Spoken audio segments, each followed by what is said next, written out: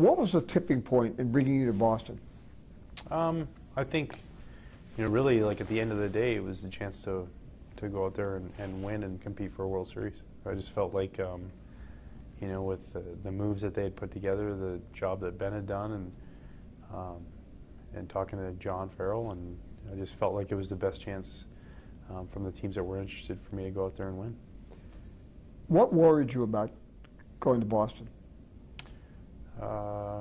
Not a lot.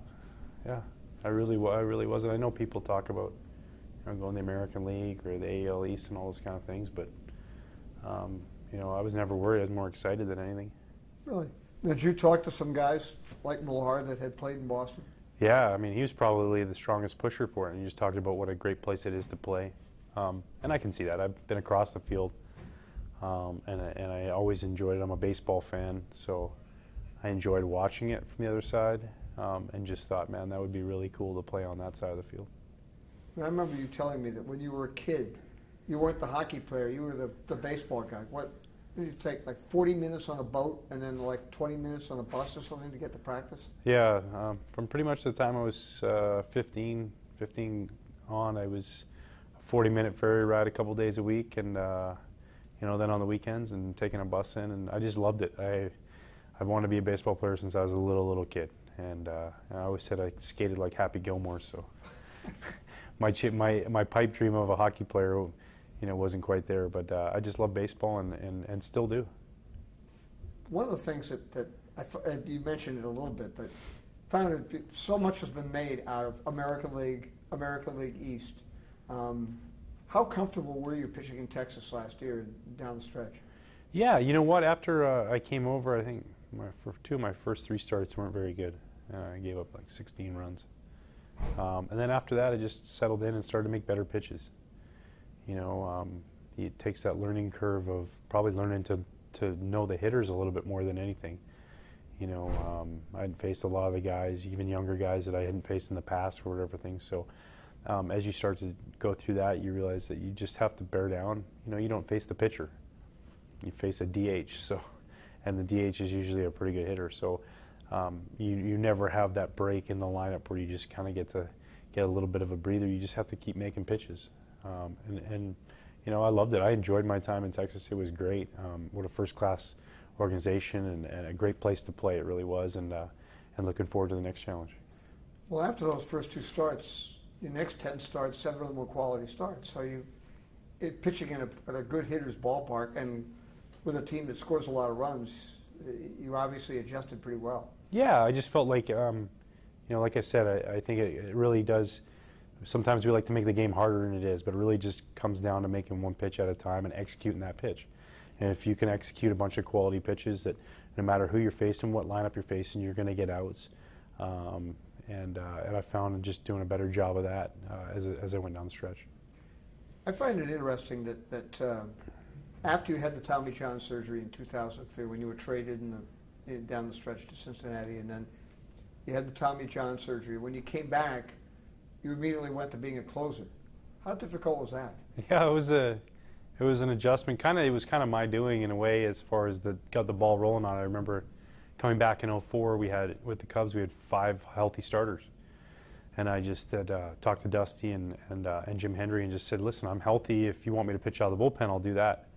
And came out of the bullpen and had some success doing that. And something I'd never done before, a little bit early on in my career, but not in a long time. And then the next year they asked me, hey, would you close? They were just struggling at that position, and I said sure, and just had some immediate success, and just and had some fun with it. It's kind of a different role, something I've never used to, but really enjoyed it. I think it taught me a lot from a mental side, and then when I went back to start and was able to implement some of those things. Well, what did you learn? And what's different about you as a starter, having been a closer? I think just controlling yourself, controlling your emotions. When you're out there closing, it's the last 3 outs of the game. Everything's a little bit more intense. The hitters at bat seem to be a little bit, a little bit more focused. So therefore, you have to be a little bit more focused. The crowd's a little bit louder, and so I think when I did go into starting, it allowed me to slow innings down a little bit, and maybe just control things a little bit easier. I mean, your record the last 4 years since you've been back in the rotation is, what is it, 32 starts, 200 innings you've averaged every year. Do you think closing has something to do with just, you said about slowing things down and also knowing how to pitch the 8th and 9th innings? Yeah, I think that's important. You know, you start getting through that lineup that 3rd or that 4th time. That's a different beast just because guys have seen you and they can make adjustments. But you know, definitely helped. Helping you get through later in the game if you need to do that. Also, too, you know, closing for those 3 years, that was a lot of stress off my arm. You know, I didn't have those high volume of innings, and I just had throwing between 60 and 70 innings. So you're not out there throwing 200 innings, and so maybe feeling a little bit fresher as I got back into starting again. A couple of the Cubs people said to me that they thought that as they watched you that you had improved your split, your slider, that you're still, they consider you to be in something of an upward, your career is still going upward because you keep adjusting. Is that true? That's flattering. I'm glad they feel that way. I feel like I'm always trying to learn. I'm always trying to get better. Just because you maybe get a little bit older, you can kind of do things in a different way and continue to improve in other ways. But I do feel like I'm, pitching as well as I've ever pitched, and just want to keep that going. Just make those adjustments. That's the name of the game, is make the adjustments and don't make them a start later or an inning later. Make them narrow them down. Stop making them a batter later. Make them a pitch sooner, and make them ahead of time. Adjust before the other team does. Well, what adjustments have you made with your split over the years? I think just a comfort level too. When I first started throwing it, I didn't half the time know really how to command it in or outside of the strike zone. I just kind of threw it, and sometimes it was good and sometimes it was bad. And I'm able to maybe move it in and out a little bit more. And I think that just comes with the repetitiveness of throwing it on the side and throwing it in games and just becoming more comfortable with it. When did you start doing the thing with your glove? The glove wiggle? It was actually before spring training of 2008. And it was just something I talked about with Kevin Millar, and just some concerns with me about tipping pitches and things like that, and started doing it. And I found it actually was a little bit of a timing thing for me, and it's just felt comfortable. I tried the other day to throw without it, and it felt weird. So I don't know. I'm sure it's something I don't need, but it definitely, like I said, it feels comfortable, and just kind of. I always just joke around and say it's to cool me off when I'm out there. Did you have any regrets last year in the second half of not going to Atlanta? No. I things work out for different reasons, whatever those reasons are. How that all went down was really weird, and not kind of what I expected. Obviously my first choice was to stay in Chicago and compete there, but when things went the way they went, multimedia takes off in a hurry. How'd you hear about it? True story.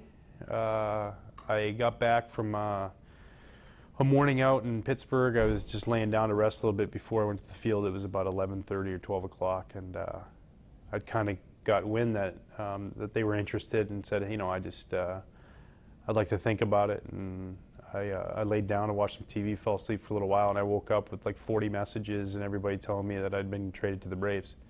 And I never said yes, I never said no. I just said I wanted some time to think about it, and next thing you know, it was this story that actually didn't happen, but it worked out well. I got to go to Texas and and go play there and have a lot of fun and enjoy my time there. Was it difficult at first leaving Chicago with your daughter Riley there? Was that hard for you? Yeah, it was hard for me in general. I mean, anytime you have a chance to play somewhere for that long. I played there for 9 years, 9 seasons. And, I got 3 kids. They're there. I got friends there. You're comfortable there. Clubhouse guys and teammates in the city, the way they embraced, the Dempster Family Foundation and the things that city did behind Riley and behind me. It was a tough thing. And, I'm so grateful to every opportunity I got there, so lucky to put that uniform on. and play there, and it was just such a special time in my life, something that I'll never forget, and so thankful for. And you know, they took me in when I was hurt, and gave me more than my fair share of opportunities and opportunity to start again. So you know, it was definitely tough leaving, but you know, always be a place that I consider home. You'll be able to be as active in the foundation in Boston as you were in Chicago? Yeah, absolutely. You know, it's something that I've always said from the beginning, that you know, it was never about Riley, it was never about me.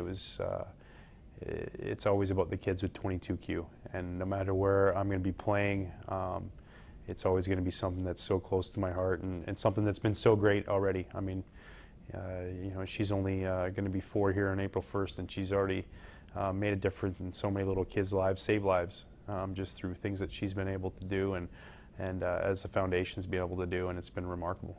That's great. I'm sure that, my guess is the Red Sox will be pretty supportive. Yeah, absolutely. They already have, and you know, it's a really special thing. You know, what we do on the baseball field is really it's fun and it's exciting, and I know the fans enjoy it. But to do things like that off the field and really truly make an impact in people's lives is something that you know, trumps that in a heartbeat.